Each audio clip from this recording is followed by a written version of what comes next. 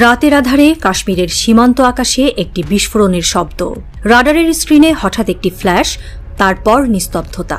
ভারতের গর্ব ৩,০০০ কোটি টাকার রাফাল যুদ্ধবিমান ছাইয়ের স্তূপে পরিণত হয়েছে এবং এই ধ্বংসের পেছনে একটি নাম, আয়েশা ফারুক, পাকিস্তানের প্রথম নারী ফাইটার পাইলট। তার হাতে ধরা জেট-10C থান্ডারের নিখুঁত নিশানা ভারতের সামরিক গরিমাকে মাটিতে নামিয়ে দিয়েছে। এই গল্প শুধু একটি বিমান ধ্বংসের নয়, এটি একটি নারীর সাহস, কৌশল আর রাজনৈতিক ষড়যন্ত্রের গল্প, যা দক্ষিণ এশিয়ার রাজনীতির মঞ্চে নতুন নাটক রচনা করছে। ৩৭ বছরের আয়েশা ফারুক পাকিস্তানের বাহওয়ালপুরের এক সাধারণ পরিবার থেকে উঠে এসেছেন। বাবার মৃত্যুর পর মা তাকে এবং তার বোনকে একাই বড় করেছেন। ছোটবেলা থেকেই আয়েশার স্বপ্ন ছিল আকাশ ছোঁয়া। ২০১৩ সালে তিনি পাকিস্তান বিমান বাহিনীতে প্রথম নারী ফাইটার পাইলট হিসেবে নিয়োগ পান। তার হাতে থাকা জেট-10C থান্ডার চীনের সহায়তায় তৈরি একটি যুদ্ধবিমান, যার ক্ষমতা রাফালের সঙ্গে টক্কর দেওয়ার মতো। সীমান্তে উত্তেজনার মাঝে আয়েশার নেতৃত্বে চালানো এই মিশন তাকে পাকিস্তানের ওয়ার হিরো বানিয়েছে। রাওয়ালপিন্ডির রাস্তায় তার নাম এখন গানের মতো গাওয়া হচ্ছে। তার এই কৃতিত্ব শুধু একটি সামরিক বিজয় নয়, এটি একটি প্রতীক। একটি পুরুষ প্রধান সমাজে যেখানে নারীরা প্রায়ই পিছনে থাকে, আয়েশা প্রমাণ করেছেন যে আকাশে তার ডানা কারো চেয়ে কম নয়। তার PL-5 ক্ষেপণাস্ত্র শুধু রাফালকে ধ্বংস করেনি, ভারতের অহংকারকেও চূর্ণ করেছে। নয়াদিল্লিতে প্রধানমন্ত্রী নরেন্দ্র মোদীর কার্যালয়ে আলো জ্বলছে গভীর রাত পর্যন্ত। একটি রাফাল হারানোর খবর যখন ছড়িয়ে পড়ে, তখন ভারতের সামরিক এবং রাজনৈতিক মহলে হইচই পড়ে যায়। বিশ্লেষকদের মতে ভারতের কাছে স্পষ্ট তথ্য ছিল, তাদের ৩টি অত্যাধুনিক রাফালের মধ্যে একটি ধ্বংস করেছে একজন নারী, পাকিস্তানের আয়েশা ফারুক। ৩,০০০ কোটি টাকার এই যুদ্ধবিমানের ধ্বংস শুধু একটি সামরিক ক্ষতি নয়, এটি ভারতের জন্য একটি জাতীয় লজ্জার মুহূর্ত। এই খবর যখন আন্তর্জাতিক মঞ্চে ছড়িয়ে পড়বে, তখন মোদী সরকারের মুখ লজ্জায় ঢেকে যাবে। একজন নারী পাইলটের হাতে তাদের গর্বের প্রতীক রাফাল ধূলিসাৎ হয়েছে।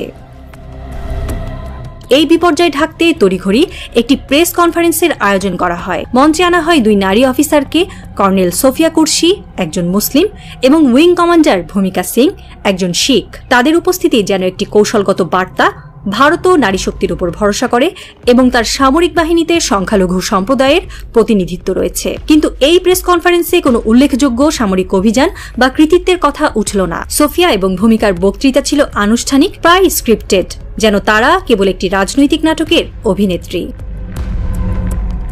আন্তর্জাতিক বিশ্লেষকরা এই পদক্ষেপকে সংখ্যালঘু কার্ড হিসেবে ব্যাখ্যা করেছেন। মোদী সরকার, যারা ঘরোয়া এবং আন্তর্জাতিক মঞ্চে মুসলিম এবং শিখ সম্প্রদায়ের বিরুদ্ধে সমালোচনার মুখে পড়েছে, এই ২ নারীকে সামনে এনে একটি সামরিক গণতন্ত্র প্রদর্শনের চেষ্টা করছে। কিন্তু এই তাড়াহুড়োর প্রতিক্রিয়া কি আয়েশার বীরত্বের ছায়ায় ম্লান হয়ে যাচ্ছে? সামরিক বিশ্লেষকদের মতে এই প্রেস কনফারেন্স ছিল একটি হতাশাজনক প্রচেষ্টা। যেখানে আয়েশা তার নিখুঁত নিশানা দিয়ে আকাশে ইতিহাস রচনা করেছেন, সেখানে সোফিয়া এবং ভূমিকার উপস্থিতি যেন কেবল একটি কাগজে প্রতিক্রিয়া। এটি ভারতের অভ্যন্তরীণ রাজনৈতিক চাপ কমানোর একটি কৌশল হলেও আন্তর্জাতিক মঞ্চে এটি দুর্বলতার প্রতীক হিসেবে দেখা হচ্ছে। এই যুদ্ধ আর শুধু বোমা বা ক্ষেপণাস্ত্রের নয়, এটি এখন একটি বার্তার যুদ্ধ। পাকিস্তান আয়েশাকে সামনে এনে বলছে, আমাদের নারীরা শুধু স্বপ্ন দেখে না, তারা আকাশ জয় করে। অন্যদিকে ভারতের প্রেস কনফারেন্স যেন একটি কৌশলগত প্রতিক্রিয়া, যার লক্ষ্য আন্তর্জাতিক মঞ্চে নিজেদের ইমেজ বাঁচানো। কিন্তু বাস্তবের ময়দানে আয়েশার সাফল্য একটি অকাট্য সত্য। তার থান্ডার জেটের একটি আঘাত ভারতের সামরিক গর্বের কফিনে শেষ পেরেক ঠুকে দিয়েছে।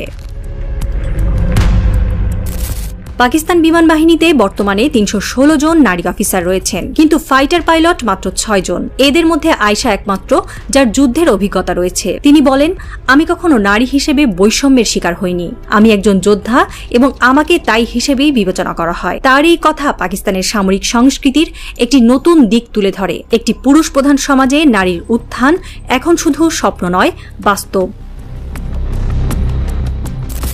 নয়াদিল্লির সামরিক ঘাঁটিতে নিস্তব্ধতা। একটি রাফাল হারানোর খবর ছড়িয়ে পড়লে মোদী সরকারের মুখ লজ্জায় ঢেকে যায়। আন্তর্জাতিক মঞ্চে এই ঘটনা ভারতের জন্য একটি বড় ধাক্কা। অন্যদিকে রাওয়ালপিন্ডিতে উৎসবের আবহ।